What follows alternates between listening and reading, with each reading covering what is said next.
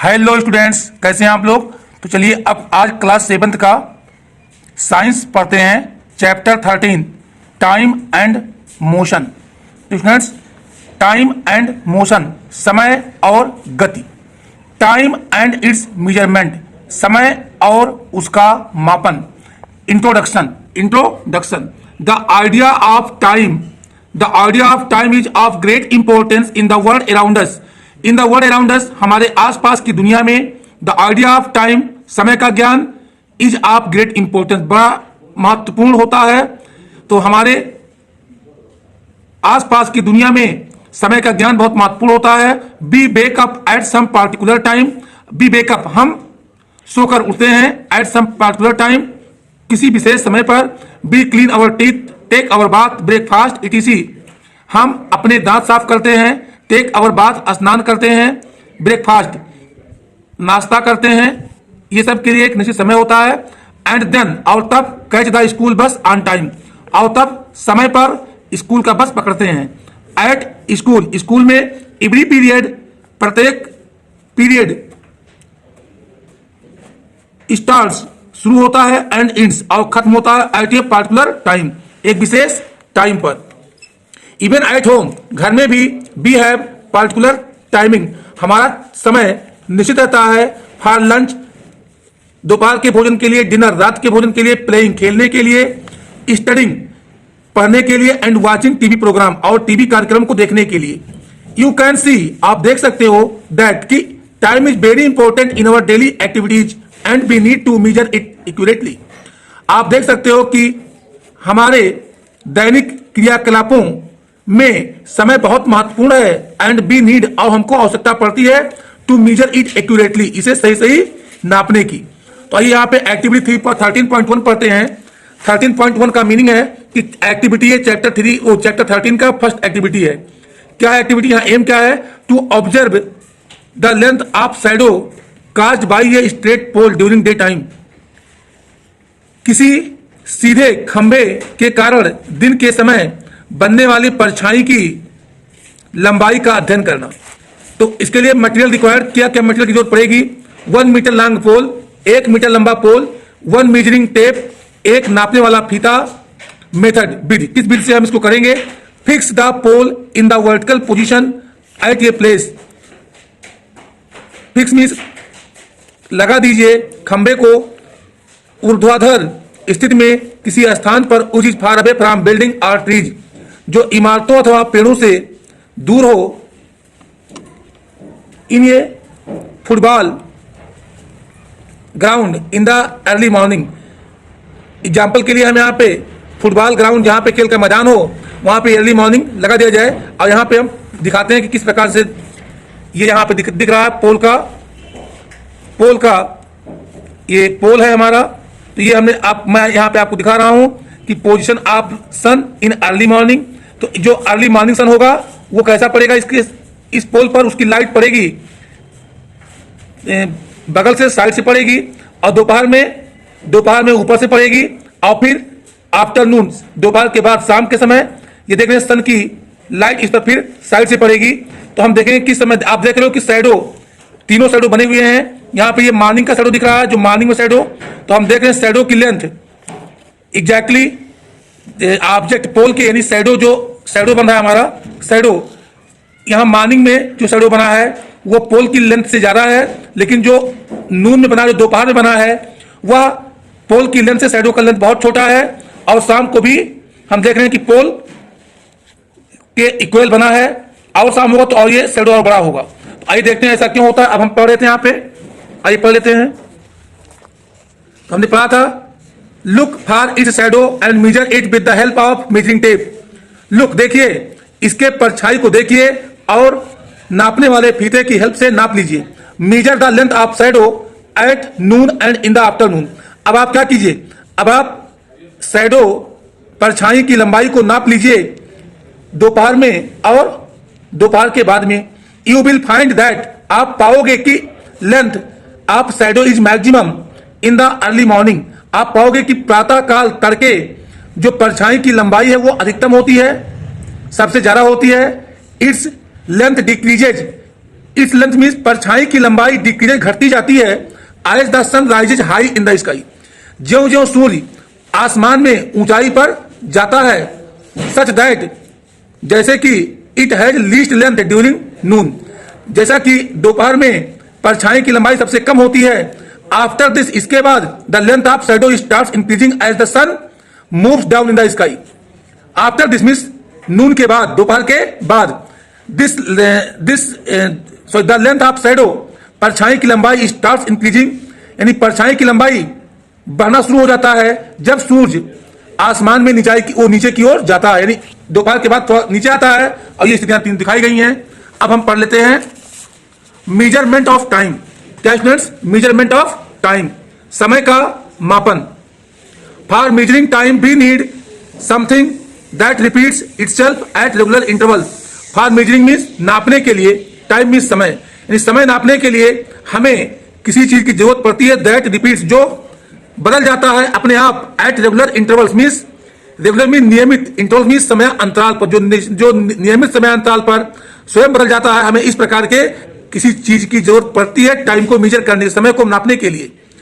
In all probability the earliest method of telling time was the position of sun in the sky. In all probability, यानी सभी प्रकार से अनुमान लगाने के बाद यह लगता है पता कि the earliest method of telling time, यानी समय बताने का प्राचीनतम विधि वाज थी, क्या थी? आसमान में सूर्य की स्थिति, यानी आसमान में सूर्य की स्थिति देख करके हम लोग क्या करते थे, हमारे पूर्वज तब समय का अनुमान लगाया करते थे। वी नो, हम जानते हैं, the earth rotates around its axis in 24 hours. हम जानते हैं पृथ्वी 24 आवर्स में अपनी धुरी पर घूम जाती है। दिस इन टर्न, यानी यह बदले में results in the formation of day and night, और बदले में परिणाम स्वरूप दिन और रात का बनना संभव है। However to the people on the surface of earth, फिर भी to the people on the surface of earth, earth के पृथ्वी के सतह पर रहने वाले लोगों को इट अपीयर्स, यह प्रतीत होती है एज, जैसे कि if the sun is revolving around the sun, जैसे कि सूर्य पृथ्वी के चारों ओर घूम रहा हो। The sun appears at its highest position at noon, तो the sun appears, the sun, सूरज प्रतीत होता है दोपहर में अपनी सबसे ऊंची स्थिति में। The decrease and then increase in length of shadow during day time was used in sundials to measure time as shown in figure 13.2। तो चलिए 13.2 आपको दिखा देते हैं। ये 13.2 है, आप देखें 13.2 का ये फिगर हमें दिख रहा है, जिसमें क्या है, ये हमारा गेनोन है और ये हमारा सनडायल है। तो ये नॉर्थ की ओर है, आप देख रहे हैं, ऊपर नॉर्थ दिख रहा है, नीचे साउथ दिख रहा है। अब एक टाइमिंग है 4, 5, 6, 7, 8, 9, 10, 11, 12, 13। अब 1, 2, 3, 4, 5, 6, 7, 8, 9, 10, 11, 12 फिर आ जाएगा। इस प्रकार से आगे देखते हैं। अब ये आपने देखा सनडायल, अब पढ़ लेते हैं।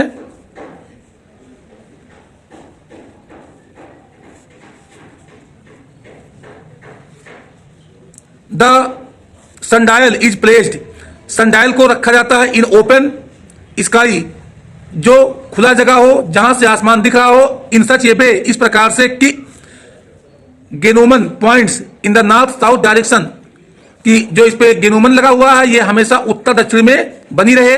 The shadow of gnomon on a circular scale shows the time at some particular moment. तो द शैडो ऑफ गेनोमन, यानी इस गेनोमन का कहीं ना कहीं परछाई बनेगी, तो वह परछाई क्या करेगी, वह सर्कुलर स्केल पे, जो आप देख लो कि वृत्ताकार सर्कुलर जो स्केल बना हुआ है, इस पर जहां परछाई जाएगी तो वह कुछ निश्चित समय बताएगी। और इस प्रकार की घड़ी का इस्तेमाल पहले होता था। सम हिस्ट्रिकल सनडायल्स, कुछ ऐतिहासिक सनडायलों में स्टिल एग्जिस्ट इन इंडिया, आज भी भारत में पाए जाते हैं। यानी कुछ ऐतिहासिक सनडायल्स अभी भी भारत में मौजूद हैं। यू कैन सी, आप देख सकते हो, one of the sundials at Jantar Mantar in Delhi. You can see one of the sundials at Jantar Mantar in Delhi, आप दिल्ली के जंतर मंतर पर आज भी सनडायल देख सकते हो। This was built by Maharaja Jai Singh second of Jaipur, यह जयपुर के महाराजा जय सिंह द्वितीय के द्वारा बनवाया गया था। The time indicated by this is fairly correct, इसके द्वारा दर्शाया जाने वाला समय निश्चित रूप से सही रहता है। हाउएवर, फिर भी It doesn't work after sunset. However, it does not work after sunset or on the cloudy days. फिर भी यह सूर्यास्त के बाद अथवा बादल वाले दिनों में कार्य नहीं करता है। अब आइए पढ़ते हैं ये जंतर मंतर, जहां पे आप देख सकते हैं सनडायल, जहां की मैं बात कर रहा था कि दिल्ली में सनडायल आज भी लगा हुआ है। सनडायल को हम दिखाने की कोशिश कर रहे हैं बार बार। सनडायल यहां पे लगा हुआ है, यहां पर। तो आगे अब हम स्टडी करते हैं सेकंड पेज की इसके। महाराजा जय सिंह के बारे में थोड़ा सा पढ़ लेते हैं कि महाराजा जय सिंह कौन थे। महाराजा Jai Singh second was born in 1686 in Rajasthan. Maharaja Jai Singh second का जन्म राजस्थान में 1686 में हुआ था। He ascended the throne of Amber at the age of 13। वह अंबर के बाद राजगद्दी पर 13 इयर्स एज में बैठे थे। At the age of 15 he was honoured with the title of Sawai meaning 1 and a quarter. 15 years की एज में उन्हें सवाई टाइटल से नवाजा गया था, जिसका मीनिंग होता है 1 और चौथाई। Maharaja Jai Singh was a great Indian astronomer, architect and mathematician. Maharaja Jai Singh एक महान भारतीय एस्ट्रोनॉमर, अंतरिक्ष के बारे में जानकारी रखने वाले, आर्किटेक्ट में होता है गिरा शिल्प के बारे में जानकारी रखने वाले, एंड मैथमेटिशियन और गणितज्ञ थे। He built 5 Jantar Mantar 4 of which are situated in Ujjain. उन्होंने 5 जंतर मंतर बनवाए थे, जिनमें से 4 जंतर मंतर उज्जैन, वाराणसी, जयपुर और दिल्ली में है। वाइल जबकि the one at Mathura exist no more. जबकि अब जो एक मथुरा में बना था अब नहीं रह गया। He himself designed 3 major instruments known as Samrat Yantra, Ram यंत्र एंड जय प्रकाश। अब इसको बात पढ़ लेते हैं। उन्होंने he himself designed 3 major instruments. उन्होंने खुद 3 बड़े यंत्रों को बनाया था, डिजाइन किया था, जिसे हम समर्थ यंत्र, सामर्थ यंत्र, राम यंत्र और जयप्रकाश कहते हैं। समर्थ यंत्र इज बेसिकली ये ह्यूज सनडायल। समर्थ यंत्र वास्तव में एक विशाल सनडायल है, मुख्य रूप से एक सनडायल है। Its accuracy is up to half a minute. इसकी यथार्थता यानी इसकी आधा मिनट से ज्यादा इसमें गलती नहीं हो सकती एक्यूरेट टाइम में। ही प्लान दिस मीन्स अगर आप एक्यूरेट आज टीवी या रेडियो से सुबह 12 बजे समय मिलाओ तो कल अगर आज दोपहर में 12 बजे मिलाया जाए तो कल दोपहर 12 बजे जब आप मिलाएंगे टाइम तो बहुत ज्यादा से ज्यादा आधे मिनट का अंतर आएगा, बाकी टाइम में अंतर नहीं आता है इनके। तो he planned and build the city of Jaipur in 1727। उन्होंने ही प्लान किया यानी कार्यक्रम बनाया और जयपुर शहर को बनवाया 1727 में। Which is a model of town planning and architecture, जो नगर को कैसे बसाया जाए, कैसी योजनाएं बनाया जाए, एक नमूना है। आइए अब पढ़ते हैं। रोमन्स यूज्ड ए सैंड क्लॉक। लेकिन रोमवासी किसका यूज करते थे? रोमवासी तो भैया रेत के घड़ी का इस्तेमाल करते थे। It works on the principal that all the sand from the upper chamber falls into the lower chamber in a fixed interval of time. यह इस सिद्धांत पर काम करता है कि सभी ऊपर के चैम्बर में, यहां देख रहे ऊपर के चैम्बर में भरा हुआ बालू नीचे गिरता है एक निश्चित समय में। The fixed interval of time was the unit of measurement of time commonly called hour. और बच्चों उस समय यानी वहां पे इस बड़े हिस्से ऊपर वाले बर्तन से नीचे के बर्तन में पूरा बालू गिरने में जितना समय लगता था उस समय को हम कहते थे 1 घंटे कहा जाता था। And the sand clock was known as hourglass. और जो हम सैंड क्लॉक की जो बालू वाली घड़ी आप देख रहे हो इसको कहा जाता था सैंड क्लॉक हम कहते हैं, लेकिन इसका नाम था आवर ग्लास। यानी आवर ग्लास नाम था घंटा बताने वाला कांच। As the upper chamber emptied completely the hourglass was turned upside down so as to further record time। जब यहाँ ऊपर का चैम्बर खाली हो जाता था तब ये सिरा नीचे होता था, ये सिरा ऊपर पलट के रख दिया जाता था जिससे आगे का समय नोट हो सके। अब आते हैं स्टूडेंट यूनिट्स ऑफ टाइम, समय का मात्रक। तो before we discuss unit of time इसके पहले कि हम समय के मात्रक पर चर्चा करें, लेट अस डिफाइन टाइम। आइए समय को परिभाषित करते हैं। Time is defined as a gap between two events, यानी दो घटनाओं के बीच के गैप को समय के रूप में परिभाषित किया जाता है। Since the earliest days of civilization the gap between two successive noons is taken as units of time and is called a day or a solar day. इसी प्रकार सिंस मीन्स से the earliest days of civilization, यानी प्राचीन सभ्यता के दिनों से ही दो क्रमागत दोपहर के बीच के समय को समय का मात्रक बताया गया और उसे दिन कहा गया अथवा सौर दिन कहा गया। 1 आवर इज फर्दर डिवाइडेड, एक घंटे, अब यहां पे हम बात करते हैं the solar day is divided into 24 equal parts. तो सौर दिन को 24 समान भागों में बांटा जाता है and each part is called an our, और प्रत्येक भाग को एक घंटा कहा जाता है। 1 our is further divided into 60 equal parts, एक घंटे को पुनः बराबर 60 भागों में बांटा गया है and each part is called a minute, और प्रत्येक भाग को एक मिनट कहा जाता है। 1 minute is further divided into 60 equal parts and each part is called A second, एक मिनट को फिर से 60 इक्वल पार्ट में बांटा जाता है और प्रत्येक पार्ट को एक सेकंड कहा जाता है। The second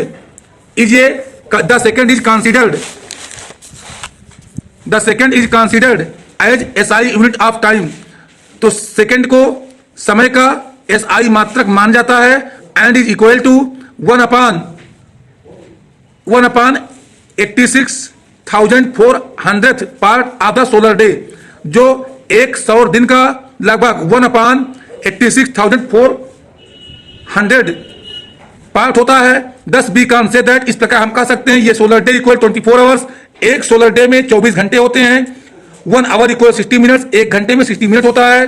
1 minute equal 60 second, एक मिनट में 60 सेकंड होते हैं। So that number of seconds in 1 solar day, इसलिए एक सौर दिन में कुल सेकंडों की संख्या इक्वल 24 इंटू 60 इक्वल 86,400 सेकंड्स, और 1 second is equal to 1 upon 86,400 part of a solar day.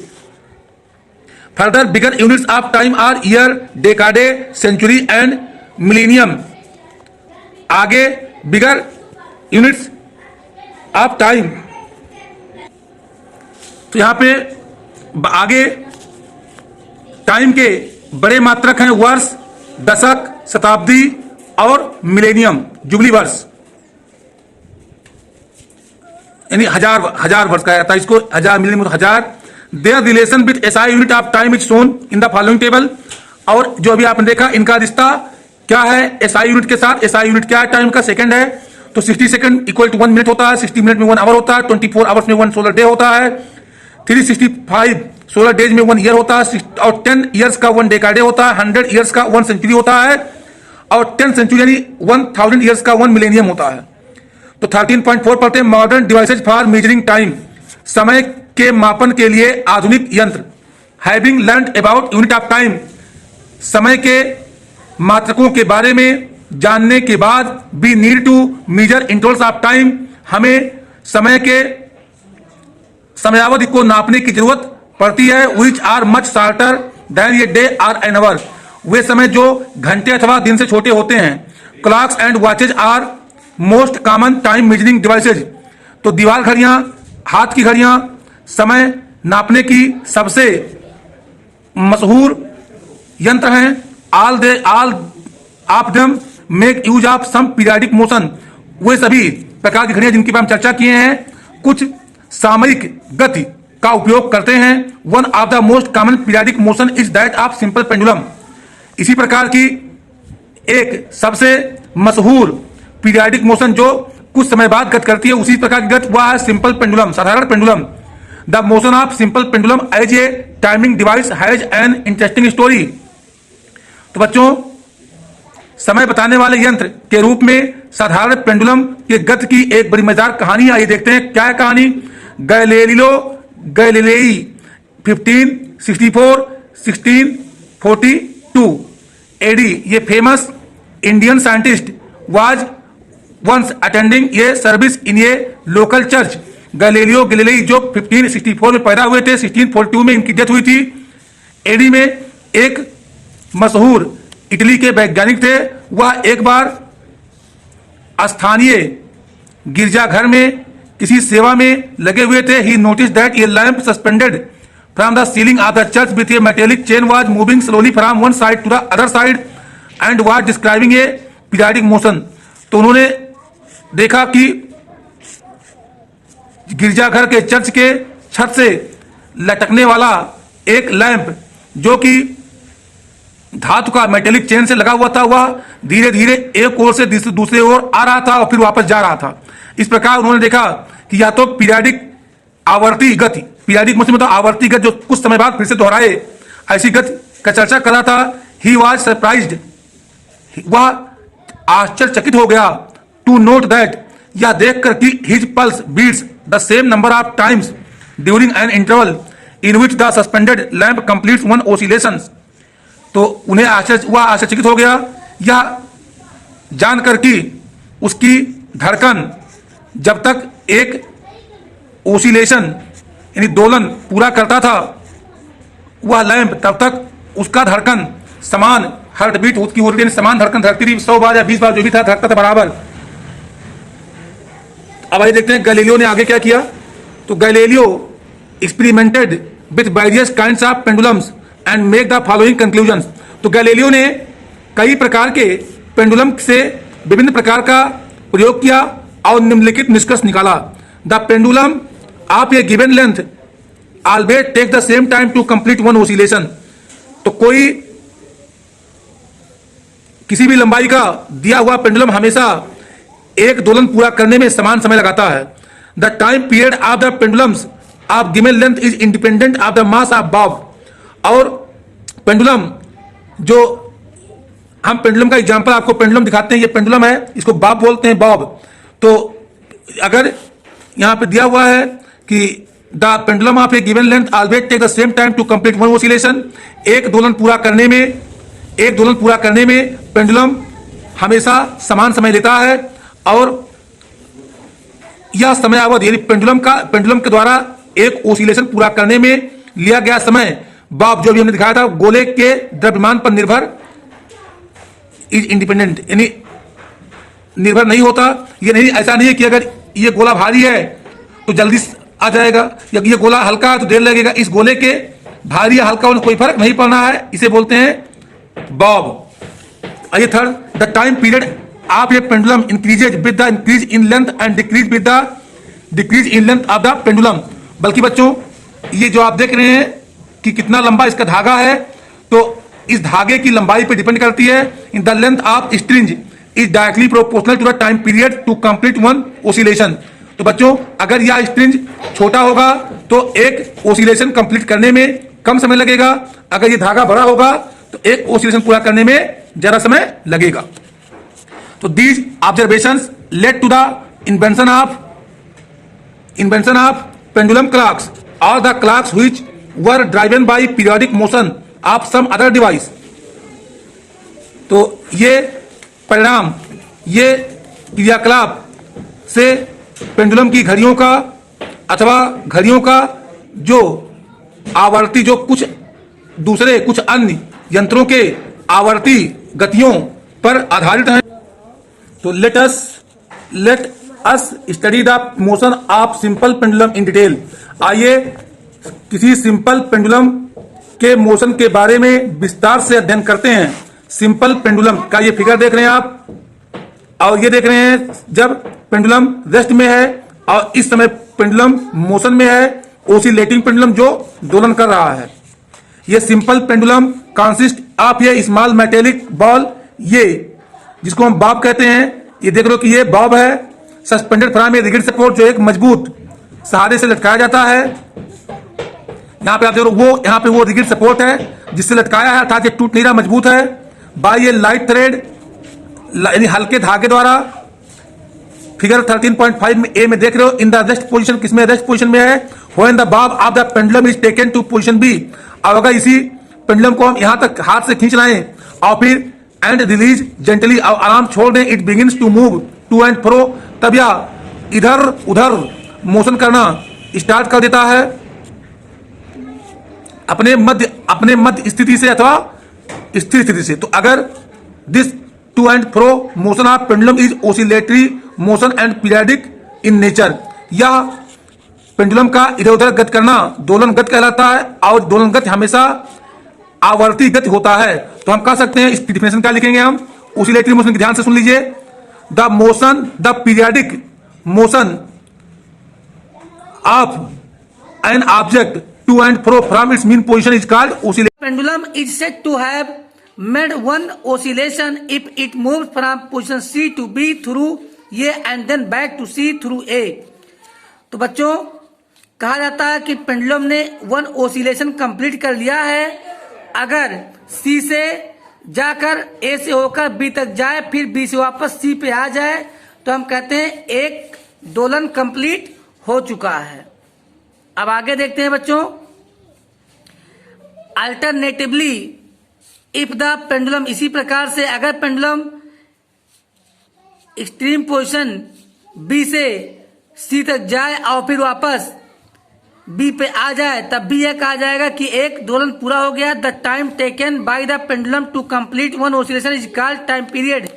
और एक दोलन को पूरा करने में जितना समय लेगा पेंडुलम, उसे हम क्या कहेंगे, उसे हम कहेंगे समय और टाइम पीरियड। तो बच्चों अब हम देखते हैं कुछ और पेंडुलम के बारे में पढ़ लेते हैं।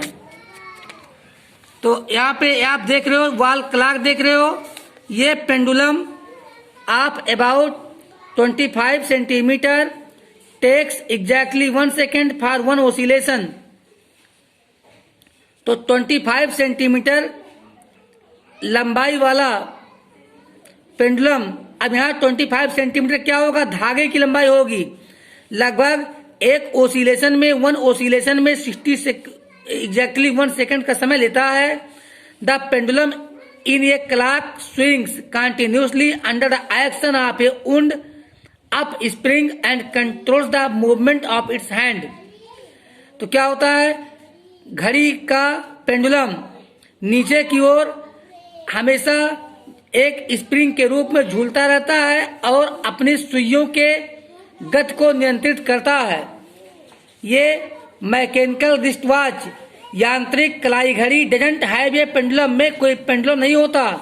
It has a balance wheel, इसमें बैलेंस व्हील लगा होता है, which serves the same purpose as pendulum, यह भी वही काम करता है जो पेंडुलम करता है। And controls the movements of its hands, और अपनी सुइयों की गति को नियंत्रित करता है।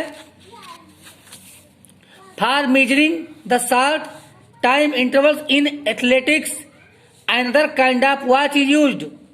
तो एथलेटिक्स मतलब एक प्रकार का गेम होता है, एथलेट होता है, एथलेटिक के खेल में छोटी समयावधि को नापने के लिए एक दूसरे प्रकार की घड़ी का प्रयोग किया जाता है, which is an improved form of a wrist watch, जो कलाई घड़ी का शुद्धतम रूप होता है। It can be started or stopped by pressing a button and measures time up to 1/10 of a second. यहाँ आप देख रहे हैं स्टॉपर लगा हुआ है, जिसे शुरू किया जा सकता है या रोका जा सकता है एक बटन दबाकर, और यह 1/10 सेकेंड का टाइम भी नाप सकता है।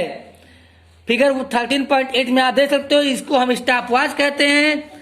दीज डेज, आजकल के दिनों में आज के दिनों में इलेक्ट्रॉनिक वॉचेज आर यूज्ड, आजकल इलेक्ट्रॉनिक घड़ियों का इस्तेमाल होता है, इन विच जिसमें the time is displayed either by the movements of hands of watch or on a screen in the form of digits, जिसमें समय को घड़ी की सुइयों की गति से दिखाया जाता है या अंकों या संख्याओं के द्वारा स्क्रीन के रूप में दिखाया जाता है। ये आप देख लो स्क्रीन के रूप में, और यहाँ पे आप देख लो क्वार्टर घड़ी, ये देख लो ये हैंड, इसमें हैंड लगा है, और ये है आपका डिजिट के रूप में।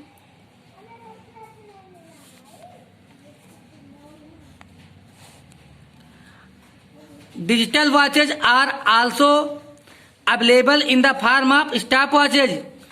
तो डिजिटल घड़ियां भी, मतलब जिसमें संख्याएं छपे, डिजिटल घड़ियां भी स्टॉप वॉच के रूप में उपलब्ध हैं। अब आइए देख लेते हैं हम लोग इस पर कुछ। चलिए ओरल क्वेश्चन देख लेते हैं इस पर। ओरल क्वेश्चन, तो बच्चों इस पे ओरल क्वेश्चन देख लेते हैं। इसकी वर्ड मीनिंग लिख लीजिएगा। ओरल क्वेश्चन हम बनाते हैं। Name the instrument use to measure time by recording the increasing decreasing length of shadow. तो शैडो की लेंथ को घटाकर अथवा बढ़ाकर किस प्रकार से समय को नापते थे, उस यंत्र का नाम बताइए। How many सनडायल्स made by Maharaja Jai Singh are still existing. अभी इस समय महाराजा जय सिंह के द्वारा बनाए गए कितने सनडायल मौजूद हैं। तो हम आपको बता रहे थे कि उन्होंने 4 सनडायल बनाया था, जिसमें से एक अब नहीं रह गया, 3 अभी भी मौजूद हैं। आगे है why is a sand clock commonly called an hour glass. रेत वाली घड़ी को सामान्य रूप से घंटा का ग्लास क्यों कहा जाता है, पढ़ा चुके हैं। आगे हम फिर क्वेश्चन देते हैं आपको। Who discovered pendulum as a timing device. तो बच्चों बताइए पेंडुलम का खोज समय नापने के यंत्र के रूप में किसने किया। फिर फिफ्थ क्वेश्चन है when A pendulum makes 1 2 and fro motion. जब कोई पेंडुलम एक बार दोलन गति कर लेता है अबाउट इट्स मीन पोजीशन, अपनी मध्यमान स्थिति से, the term use to describe this motion is called. तो इस प्रकार की गति को का वर्णन करने के लिए किस टर्म का इस्तेमाल करते हैं बच्चों, तो ओसिलेटरी मोशन का इस्तेमाल करते हैं। What kind of watch is use to measure time of races. तो प्रतियोगिता के समय को मेजर करने के लिए किस प्रकार की घड़ी का इस्तेमाल किया जाता है। तो आप बताइएगा यहाँ पे हमें कमेंट करके कि वह स्टॉप वॉच होता है। तब तक गुड आफ्टरनून बच्चों। अगले वीडियो में फिर मिलते हैं इसी लेसन के second part motion and speed में। तब तक के लिए गुड नाइट।